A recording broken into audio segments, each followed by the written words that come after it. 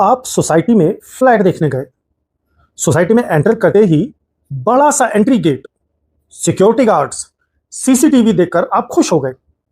अंदर गए तो साफ सुथरा ओपन एरिया, ग्रीनरी, बच्चों के लिए प्ले एरिया, शानदार इंटरनल रोड्स, फिर क्लब हाउस, स्विमिंग पूल और दूसरी अमेनिटीज देख के आपको लगा यही तो असली जिंदगी है।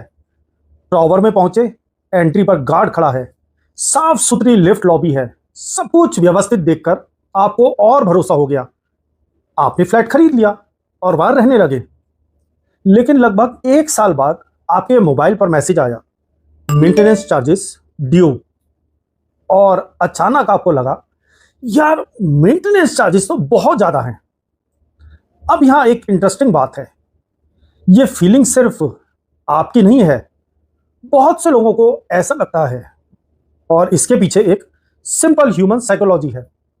जब हम किसी चीज को पहली बार देखते हैं तो उसकी हर चीज नई और एक्साइटिंग लगती है, लेकिन वही चीज जब हमारी हो जाती है और हम उसे रोज देखने लगते हैं तो धीरे धीरे उसकी नॉवेल्टी खत्म हो जाती है।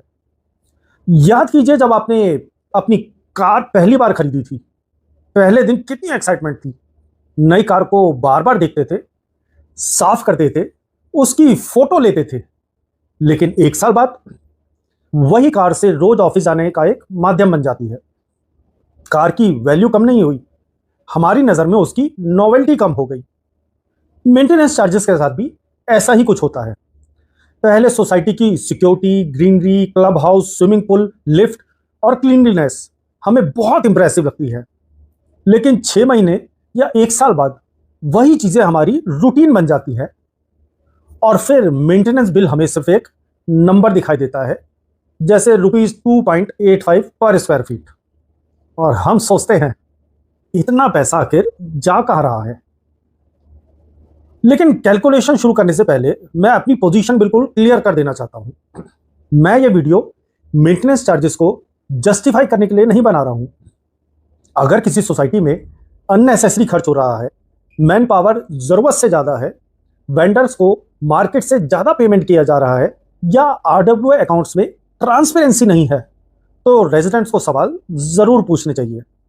लेकिन दूसरी तरफ सिर्फ ₹2.85 या ₹4 पर स्क्वायर फीट देखकर यह मान लेना कि मेंटेनेंस बेकार का खर्च है या आरडब्ल्यूए के पास बहुत पैसा बच रहा है, यह भी सही नहीं है।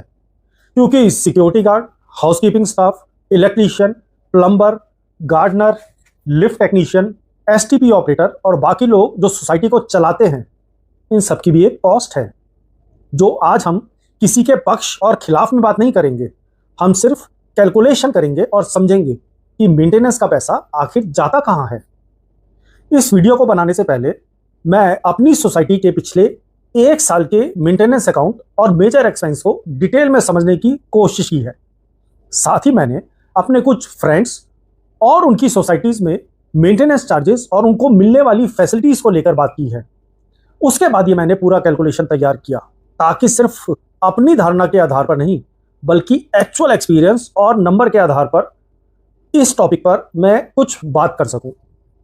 मेरी कैलकुलेशन इलस्ट्रेटिव है और हर सोसाइटी के एक्चुअल एक्सपेंस अलग हो सकते हैं। मेरा उद्देश्य किसी पर्टिकुलर आरडब्ल्यूए या मेंटेनेंस एजेंसी को सही या गलत साबित करना नहीं है, बल्कि यह समझना है कि मेंटेनेंस चार्जेस के पीछे की इकोनॉमिक्स वास्तव में क्या है। सबसे पहले सिक्योरिटी को देखते हैं। एक बड़ी सोसाइटी में सिर्फ मेन गेट पर सिक्योरिटी गार्ड खड़ा करना ही सिक्योरिटी नहीं है।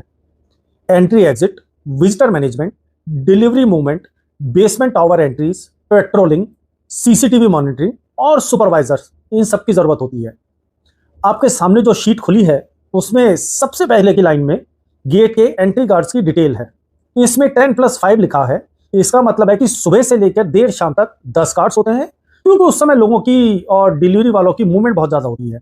और रात में सिर्फ 5 गार्ड्स हैं, क्योंकि उस समय लोगों की मूवमेंट कम होती है और डिलीवरी भी बहुत कम हो जाती है। उसके सामने उनकी मंथली सैलरी लिखी है ₹20,000। अब आप लोग सोचेंगे ₹20,000 सैलरी कहाँ होती है गार्ड की? लेकिन मान लीजिए 8 घंटे की बेसिक ड्यूटी के हिसाब से गार्ड की सैलरी 12,000 है, और अगर 12 घंटे की शिफ्ट में एप्लीकेबल रूल के अनुसार एक्स्ट्रा 4 घंटे का ओवर टाइम पेएबल है तो उसकी कॉस्ट भी तो बढ़ जाती है।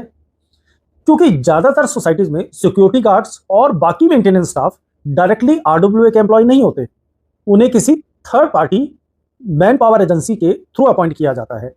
इसलिए आरडब्ल्यूए को जो पैसा वेंडर को देती है तो उसमें सिर्फ गार्ड की सैलरी नहीं होती, और भी बहुत एक्सपेंसेस होते हैं। अब आइए एक सिक्योरिटी गार्ड्स की टोटल कॉस्ट को आरडब्ल्यूए को कितनी पड़ती है समझते हैं। मान लीजिए गार्ड की बेसिक सैलरी है 8,000 रुपए और उसको लगभग 4,000 रुपए 4 घंटे का ओवर टाइम मिलता है। क्योंकि सैलरी 8 घंटे की है और ड्यूटी 12 घंटे की, तो 4 घंटे का ओवर टाइम तो मिलना ही होता है। सैलरी प्लस ओवर टाइम जोड़कर वेज का अमाउंट 18,000 हो जाता है। इसके ऊपर एम्प्लॉयर का पीएफ, ईएसआई और थर्ड पार्टी एजेंसी का 10% मैनेजमेंट चार्ज जुड़ जाता है। इस एग्जाम्पल को आरडब्ल्यूए के एक गार्ड की मंथली कॉस्ट करीब 21,000 रुपए से थोड़ी सी ज्यादा पड़ती है, जबकि एम्प्लॉय का पीएफ उसकी सैलरी से डिडक्ट होता है। और यही वजह है कि सिक्योरिटी गार्ड का एक्चुअल कॉस्ट हमारी सोच से काफी ज्यादा हो जाता है। अब अगर पहली सोसाइटी में 9 टावर है और दूसरी में 15 टावर है, तो नेचुरली दूसरी सोसाइटी में सिक्योरिटी कवरेज की रिक्वायरमेंट ज्यादा होगी। अब इसी तरह से हाउसकीपिंग को भी देखिए। सफाई सिर्फ आपके टावर के फ्लोर पर नहीं होती, lobby, lift, staircase, basement, roads, internal roads, club house, common area, garbage collection और डीप क्लीनिंग इन सब में आता है। इसलिए हमारे एग्जाम्पल में पहली सोसाइटी में लगभग 21 हाउसकीपिंग स्टाफ है और दूसरी में करीब 34 स्टाफ हो सकते हैं। और यही principle electrician, plumber, gardener, pump operator, STP, WTP operator और दूसरे टेक्निकल स्टाफ पर भी लागू होती है। इनकी सैलरी के अलावा स्टैट्यूटरी कॉस्ट, वेंडर चार्जेस और कई बार डिलीवर या रिप्लेसमेंट मैन पावर की कॉस्ट भी आती है। इसलिए जब हम मेंटेनेंस बिल देखते हैं तो हमें सिर्फ यह नहीं देखना चाहिए कि कितने लोग काम कर रहे हैं और उनकी सैलरी कितनी है, हमें यह भी देखना चाहिए कि आरडब्ल्यूए को एक मैन पावर रिसोर्स के लिए एक्चुअल वेंडर बिलिंग कितनी हो रही है। अब इसी बेसिस पर हमारे इलस्ट्रेटिव कैलकुलेशन में पहली सोसाइटी में मैन पावर पर लगभग 22,35,000 पर मंथ और दूसरी सोसाइटी में लगभग 32,50,000 पर मंथ खर्च हो सकते हैं। ध्यान रहे ये इलस्ट्रेटिव नंबर है। एक्चुअल कॉस्ट सोसाइटी के contract, man power category, statutory applicability, overtime structure और वेंडर टर्म्स के हिसाब से अलग हो सकते हैं। अब आते हैं इलेक्ट्रिसिटी पर। जब हम कॉमन एरिया इलेक्ट्रिसिटी बोलते हैं तो सिर्फ कॉरिडोर की लाइट की बात नहीं हो रही होती। इसमें lifts, pumps, basement lighting, external lighting जो सोसाइटी के अंदर होती है, club house, swimming pool, STP, WTP और दूसरी कॉमन इलेक्ट्रिकल रिक्वायरमेंट्स भी शामिल हो सकती हैं। हम एग्जाम्पल के लिए पहली सोसाइटी में करीब 7.5 लाख रुपए 7.5 लाख और दूसरी सोसाइटी में करीब 10.5 lakh per month common area electricity मान रहे हैं। ये मैं मेजर कर चुका हूं। अब जरा पूरी पिक्चर देखिए। मान लेते हैं average flat size 1200 square feet है। ₹2.85 पर स्क्वायर फीट के हिसाब से एक फ्लैट से मंथली मेंटेनेंस आता है ₹2.85 multiply by 1200 is equal to 3,420 rupees. और सोसाइटी में 1,000 फ्लैट है तो मंथली मेंटेनेंस कलेक्शन लगभग 34,20,000 रुपीज होगा। और दूसरी सोसाइटी में 1,700 फ्लैट हैं तो मंथली कलेक्शन लगभग 58,14,000 रुपीज होगा। अब हमारे दो बड़े खर्च देखिए। पहली सोसाइटी में करीब 22,35,000 मैन पावर पे और 7.5 लाख रुपीज इलेक्ट्रिसिटी में खर्च होते हैं, यानी करीब 29,85,000 इन दोनों में चला जाता है। और दूसरी सोसाइटी में करीब 32,50,000 रुपीज मैन पावर और 10.5 लाख इलेक्ट्रिसिटी पे, यानी लगभग 43 लाख। लेकिन यहाँ एक बहुत इंपॉर्टेंट बात है। इसका मतलब ये बिल्कुल नहीं है कि जो बाकी पैसा है वो आरडब्ल्यू का प्रॉफिट है।